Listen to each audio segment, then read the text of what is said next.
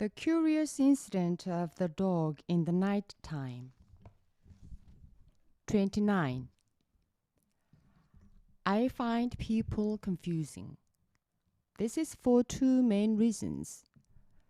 The first main reason is that people do a lot of talking without using any words.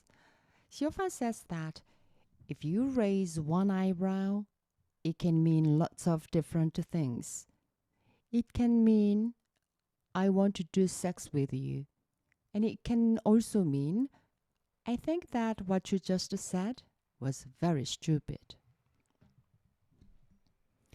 Xiaofan also says that if you close your mouth and breathe out loudly through your nose, it can mean that you are relaxed, or that you are bored, or that you are angry.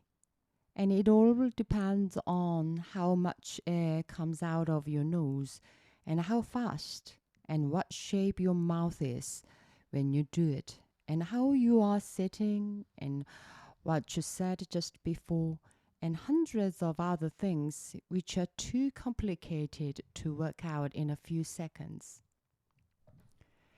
The second main reason is that people also talk using metaphors.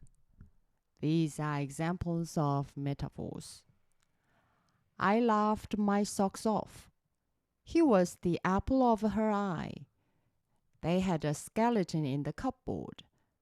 We had a real pig of a day. The dog was stone dead. The word metaphor means carrying something from one place to another, and it comes from the Greek word meta, which means from one place to another, and pharin, which means to carry. And it is when you describe something by using a word for something that it isn't. This means that the word metaphor is a metaphor. I think it should be called a lie, because a pig is not like a day, and people do not have skeletons in their cupboards.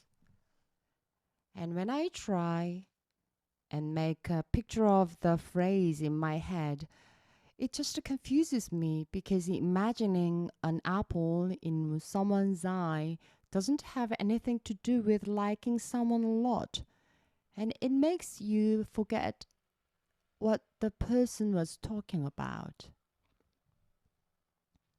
My name is a metaphor.